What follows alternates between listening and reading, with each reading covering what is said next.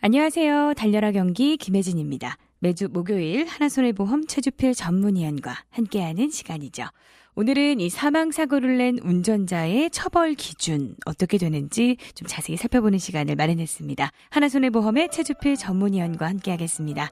안녕하세요. 안녕하세요. 네, 자 위원님, 이 교통사고로 피해자가 사망할 경우 사고 운전자는 이 형사처벌의 대상이 될 텐데요. 어느 정도의 처벌을 받게 되나요? 일단은 피해자가 사망할 경우에는 5년 이하의 금고 그리고 2천만 원 이하의 벌금에 처하게 됩니다. 네. 그런데 이제 음주운전했는데 그로 인해서 사망사고까지 발생했다면 1년 이상의 유기징역에 처할 수도 있는 거죠. 네.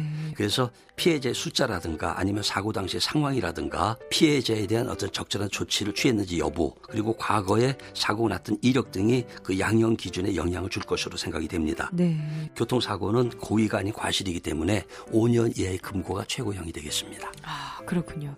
이 사망사고라도 형사처벌과 이 행정처벌을 하는 기준이 좀 다르고 또 사고가 발생한 장소에 따라서도 이게 차이가 좀 있다고 하더라고요. 예, 교통사고로 사망했을 때 면허죄 벌정 관계를 보면 사고가 발생한 시점으로부터 만 3일 이내 피해자 즉 72시간이 되겠죠. 안에 사망하면 사망으로 보아서 1인당 벌점이 90점이 되고 3일이 지난 이후에 피해자가 사망하면 부상으로 보아서 1인당 벌점은 15점이 됩니다. 그래서 3일 넘었냐 안 넘었냐에 따라서 이 면허죄 벌점이 차이가 있는데 형사상 책임은 사고 발생한 시점으로 또 5년으로 따지기 때문에 5년 안에 예전에 발생했던 사고로 인해서 사망했다면 바로 형사처벌 대상이 될 수도 있는 거죠. 그다음에 장수적인 여건에서 봅니다. 고속도로를 무단횡단하는 사람이 있을지 모른다는 것까지 염두에 둘 수는 없습니다. 그래서 고속도로를 무단횡단하는 사람을 추돌을 했는데 사망했을 때 운전자에게는 민사, 형사 등 책임이 없다라고 판결한 그 판례가 있었습니다. 근데 자동차 전용 도로는 고속도로보다는 속도가 조금 한 20-30km 정도 낮거든요. 그래서 자동차 전용 도로는 상황별로 판단합니다. 즉 주간이냐 야간이냐 그다음에 사고 났던 장소가 곧게 쭉 뻗어 있는 직선 도로냐 커브 돌자마자 야간에 검은 옷을 입은 무단횡단 보이는 나타나냐 여기에 따라 달라지게 되는데 불강력으로 본다면은 형사처벌 민사상 처벌도 받지 않고요.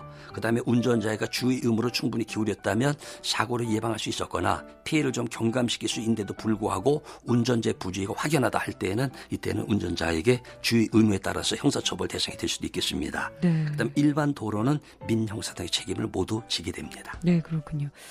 이 피해자에 대한 구호 조치를 취하지 않고 도주하는 일명 이 뺑소니 사고의 경우에는요, 좀 처벌이 더 엄하다고 하더라고요. 그렇습니다. 형사처벌 대상이 되는 거는 이제 일반 운전하시는 분들은 많이 아시거든요.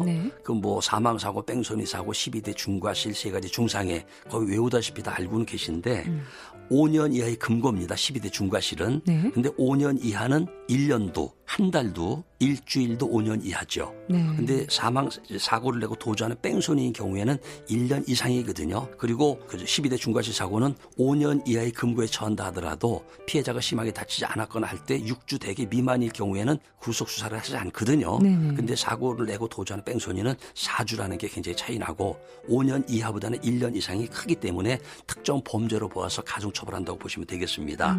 그래서 피해자가 사망하면 무기징역 또는 5년 이상의 징역이 처하고요. 피해자가 부상을 당했는데 그냥 갔다면 1년 이상의 징역에 처하고요. 500만 원에서 3천만 원 이하의 벌금에 처합니다. 그런데 피해자를 놓고 그냥 단순히 도주한 게 아니라 다른 장소로 옮겨서 유기한 다음에 도주했는데 피해자가 사망했다면 사형 또는 무기징역 5년 이상의 징역에 처하고 부상당했다면 3년 이상의 금고에 처할 수도 있습니다. 이 도주를 했더라도 인명피해가 있냐 아니면 단순히 물적 피해만 있냐 이거에 따라 또 처벌 기준이 다르군요. 예, 그렇습니다. 누가 내 차를 받고 그냥 갔을 때 내 차 받고 누가 뺑소니 쳤다 그 얘기하는데 그건 그냥 화가 나니 가시는 말씀이고요. 뺑소니라고 하는 것은 물적 피해 사고 내고 도주한 것은 단순히 도로교통법 위반 조치 불이행에 해당이 됩니다.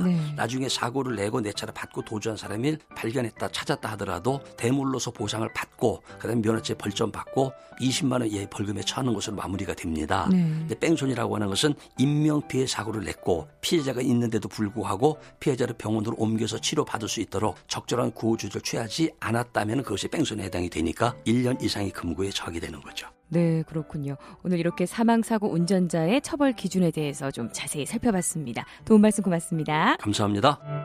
세계 속의 경기도 협찬 달려라 경기 진행의 김혜진이었습니다. 고맙습니다.